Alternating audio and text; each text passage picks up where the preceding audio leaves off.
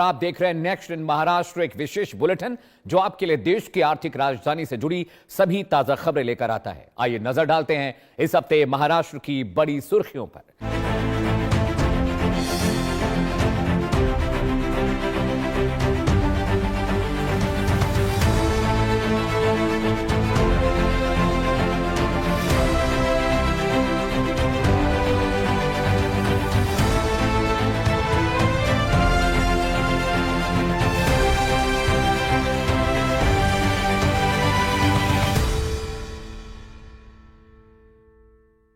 महाराष्ट्र में रेल संपर्क को मजबूत करने की दिशा में एक और महत्वपूर्ण कदम उठाया गया है। पुणे और साईनगर शिरडी के बीच नई एक्सप्रेस सेवा का शुभारंभ किया गया है, जिससे यात्रियों, श्रद्धालुओं और स्थानीय अर्थव्यवस्था को नई गति मिलने की उम्मीद है।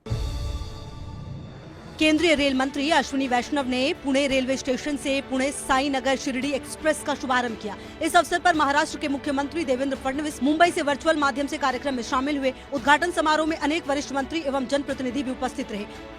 केंद्रीय रेल मंत्री अश्विनी वैष्णव ने कहा कि पुणे क्षेत्र में स्टेशन आधुनिकीकरण, अतिरिक्त प्लेटफॉर्म निर्माण, आकुर्डी में मेगा कोचिंग टर्मिनल तथा अत्याधुनिक डिजिटल सिग्नलिंग सहित अनेक परियोजनाओं पर कार्य प्रगति पर है। इन पहलों के माध्यम से आगामी 3.5 वर्षों में पुणे रेल मंडल की क्षमता दोगुनी होने तथा लगभग 20 अतिरिक्त ट्रेनों के संचालन का मार्ग प्रशस्त होगा।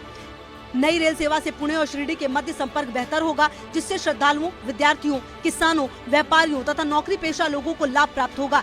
दौड़ कार्ड केबिन श्रीगोंदा, अहिल्यानगर, राहुरी तथा बेलापुर सहित विभिन्न प्रमुख स्टेशनों पर ठहरेगी, जिससे धार्मिक पर्यटन एवं शैक्षणिक गतिविधियों को भी बढ़ावा मिलेगा।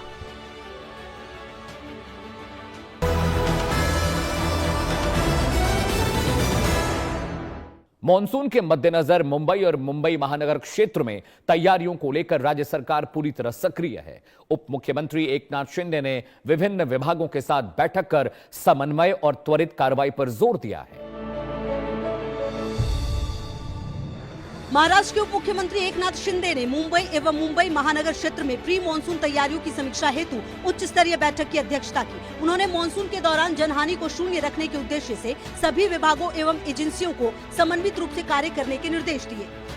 उप मुख्यमंत्री ने शेष नालों की गाद निकासी के कार्य में तेजी लाने, होल्डिंग पॉन्ड्स को संचालित करने, भूस्खलन संभावित क्षेत्रों में सुरक्षा जाल लगाने तथा होर्डिंग्स की संरचनात्मक जांच कराने के निर्देश दिए। उन्होंने बताया कि मुंबई की 2000 किलोमीटर सड़कों में से 1700 किलोमीटर का कंक्रीटीकरण किया जा चुका है, जिससे गड्ढों की मरम्मत पर होने वाले व्यय में लगभग 80% की कमी आई है।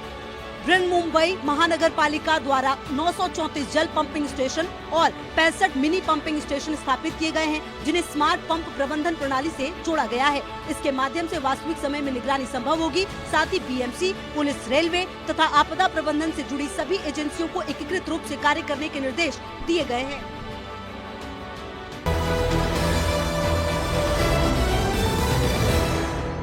मुंबई में महाराष्ट्र विधानसभा के मॉनसून सत्र की शुरुआत हो चुकी है। इस दौरान सरकार कई महत्वपूर्ण विषयों और जनहित से जुड़े मुद्दों पर चर्चा तथा विधायी कार्यों को आगे बढ़ाने की तैयारी में है।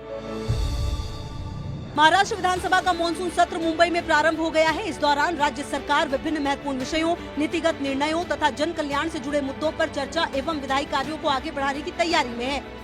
सत्र प्रारंभ होने से पूर्व उप मुख्यमंत्री सुनेत्रा पवार ने कहा कि विधानसभा की कार्यवाही के दौरान जनता तथा निर्वाचन क्षेत्रों से जुड़े अनेक महत्वपूर्ण मुद्दे उठाए जाने की संभावना है। उप मुख्यमंत्री सुनेत्रा पवार ने कहा कि राज्य सरकार महिला, किसानों के अधिकार, सम्मान एवं पहचान सुनिश्चित करने के लिए प्रतिबद्ध है। उन्होंने विश्वास व्यक्त किया कि इस संबंध में एक विधेयक मॉनसून सत्र के दौरान प्रस्तुत किया जाएगा तथा यह सत्र विकास एवं जन कल्याण के सकारात्मक संदेश के साथ सम्पन्न होगा।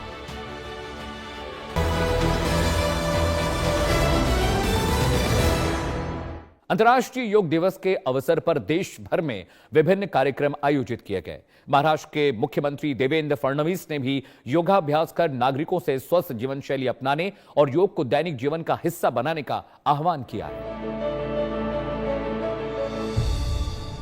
अंतर्राष्ट्रीय योग दिवस के अवसर पर महाराष्ट्र के मुख्यमंत्री फडणवीस ने विभिन्न योगासन कर योग दिवस समारोह में भाग लिया। इस अवसर पर देश भर में आयोजित कार्यक्रमों के माध्यम से योग के प्रति जन जागरूकता का संदेश दिया गया।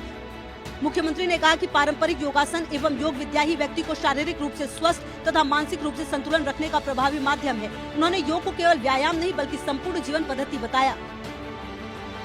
मुख्यमंत्री फडणवीस ने कहा कि प्रधानमंत्री नरेंद्र मोदी के प्रयासों के कारण भारत की प्राचीन योग परंपरा को वैश्विक पहचान प्राप्त हुई है और आज यह विश्वव्यापी जन आंदोलन का रूप ले चुकी है।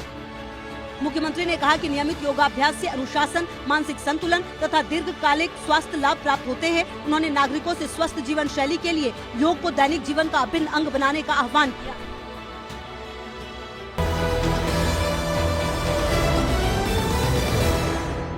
तो ये थी इस हफ्ते महाराष्ट्र की मुख्य और बड़ी खबरें। आप देख रहे हैं हमारा विशेष बुलेटिन नेक्स्ट इन महाराष्ट्र। देश और दुनिया की तमाम बड़ी खबरों के लिए बने रहिए इंडिया न्यूज के साथ।